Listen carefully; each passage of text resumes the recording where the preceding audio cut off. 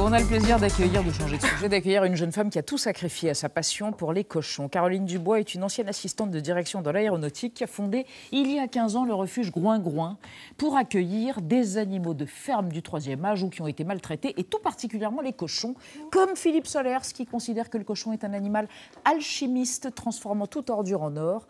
Vous êtes porcophile. Bonsoir Caroline Dubois. Bonsoir. D'où vous vient tout d'abord en introïte cette passion pour le cochon? Tout simplement par une rencontre. J'ai rencontré un jour un cochon et ça a changé ma vie. Ça a changé votre vie.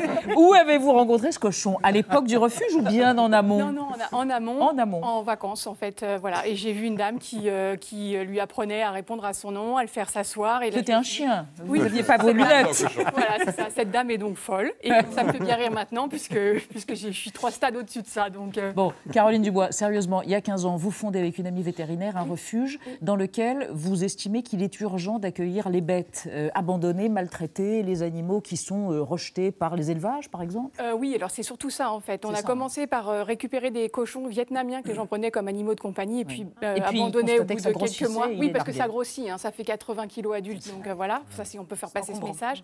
Et puis on a très vite changé d'optique. Le mouvement animaliste est né. On a parlé de plus en plus de la condition des animaux, la façon dont on les traitait. Merci L214 pour mettre toutes ces images devant les yeux du grand public.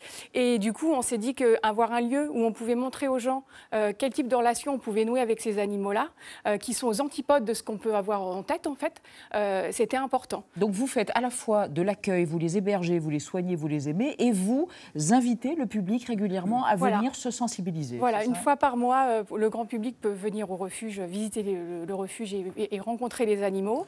On a des portes ouvertes et puis surtout, on relaie aussi les interactions qu'on peut avoir avec eux, qu'ils ont entre eux, par les réseaux sociaux et par Internet. Est-ce que vous mangez les œufs de vos poules? Alors, parce que vous êtes végane. Alors, je suis devenue végane. Comme tout le monde, je mangeais du steak et j'ai été élevée comme ça. Et voilà. Donc, en ayant un cochon, vous finissez par plus manger de porc parce que forcément, il est sur le tapis du salon, c'est un peu compliqué. Donc voilà. Et puis, en fait, vous vous dites que tout ça, c'est une construction mentale. Et en fait, on défait la construction mentale. C'est-à-dire qu'on se dit, OK, on arrête de manger du porc parce que j'en ai un.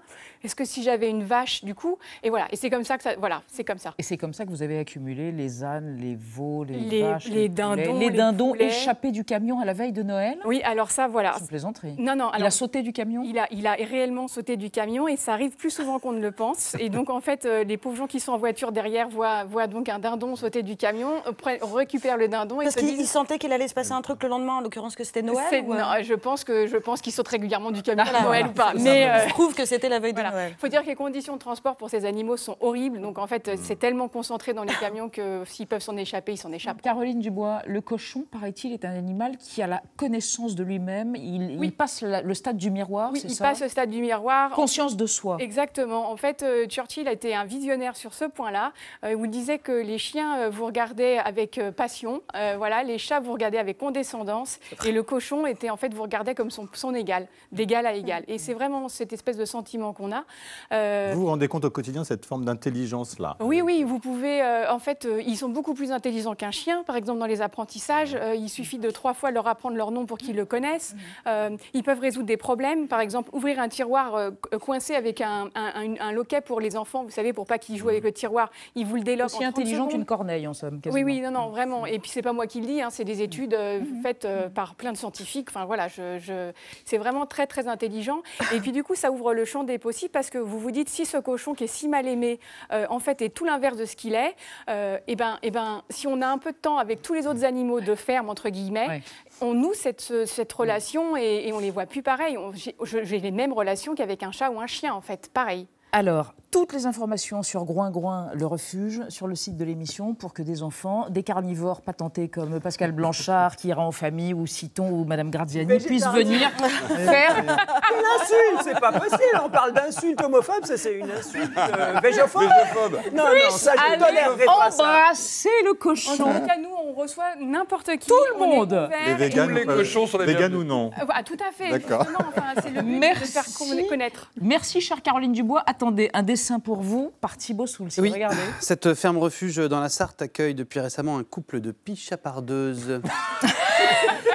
Merci. Je suis pas sûre qu'on soit équipés. Merci, Caroline Dubois. Vous allez être remplacée.